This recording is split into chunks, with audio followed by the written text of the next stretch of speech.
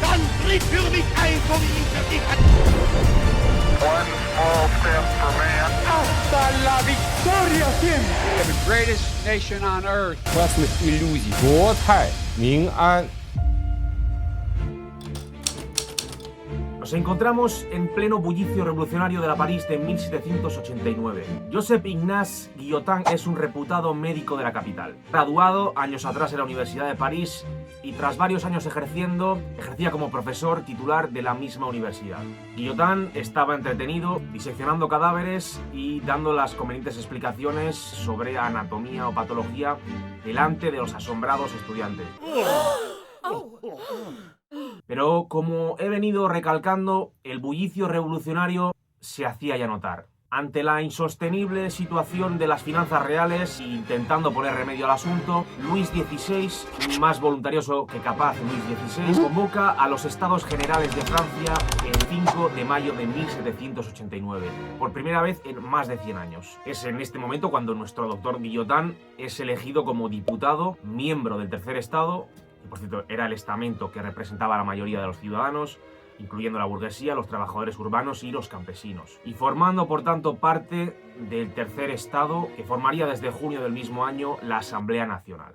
Lejos del monótono ambiente universitario, Guillotin asistía entusiasmado a las sesiones, a los plenos de la Asamblea. Todos eran conscientes de la importancia del momento, estaban intentando cambiar el curso de la historia. Entre los temas en discusión se encontraban la redacción de una constitución liberal, la declaración oficial de los derechos del hombre y del ciudadano, hecho también histórico, o incluso la abolición de los derechos feudales que habían regido Francia e incluso gran parte de Europa desde cientos de años atrás. No se trataba sin duda de temas menores, y aunque Guillotin participó en la redacción del documento de derechos del hombre y del ciudadano, un documento fundamental que establecía las bases de fraternidad, libertad e igualdad que guiarían a la posterior República Francesa, la mayor aportación de Guillotin se produciría en el campo de la reforma penal.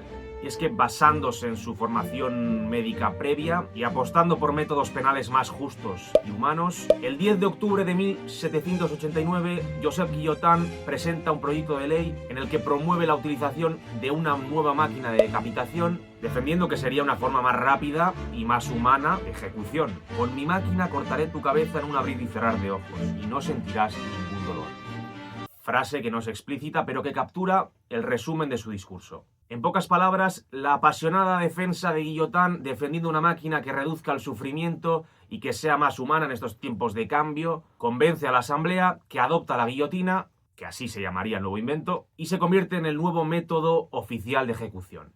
Pero la realidad es que nuestro Guillotin, nuestro médico, ni siquiera había diseñado la máquina. De esto se encargaron, por un lado, Antoine Louis, un prestigioso cirujano de la Academia de Cirugía, que se basó en algunos de los instrumentos de ejecución que se habían utilizado por toda Europa hasta la fecha, sobre todo desde la Alta Edad Media. La manalla italiana o incluso la Scottish Maiden serían algunos de los ejemplos. Y por otro lado fue Tobias Schmidt, un fabricante de pianos alemán, el que hizo de ingeniero para perfeccionar la máquina, para que la cuchilla cayera de una forma precisa, limpia, que no causase ningún tipo de complicaciones.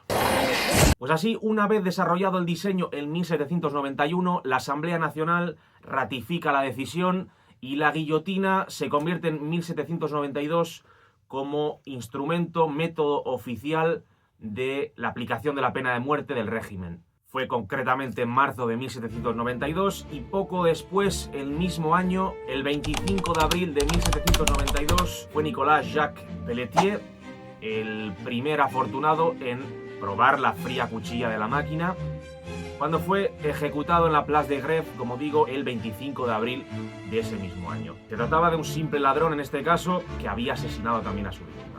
Nos transportamos a esa Place de Grève ese 25 de abril de 1792, la multitud se agolpa frente al reo, la gente está expectante, curiosa, con muchísimas ganas de ver cómo funciona este nuevo mecanismo que acaban de inventar y que el régimen está publicitando. Todos habían oído hablar de él y esperaban atentos al gran estreno de la máquina. Pues bien, el verdugo accionó la máquina, la cuchilla cayó y cortó la cabeza del preso sin ningún esfuerzo. Buen estreno para la nueva máquina, que a pesar de las críticas del público, de parte del público asistente, que se encontraba descontenta por la rapidez y la simplicidad del proceso, sin duda la multitud esperaba un proceso, una ejecución más dramática, un poquito más teatral, similar a las ejecuciones tradicionales. Pero aún así, en poco tiempo, la nueva máquina se convertiría en la nueva protagonista de la revolución. La que acabamos de describir sería la primera de unas 40.000 ejecuciones, de casi 40.000 ejecuciones que se producirían entre 1789 y 1799 en el llamado Decenio Revolucionario francés. Y sin comerlo ni beberlo, el doctor Guillotin, que simplemente buscaba un método de ejecución más humano, más justo, acorde con los tiempos de cambio, daría para siempre, para la posteridad, nombre a la máquina que sembró el terror en toda Europa. Probablemente ni él hubiese imaginado que en poco tiempo algunos de sus colegas diputados comprobarían el buen funcionamiento de la máquina en sus propias carnes.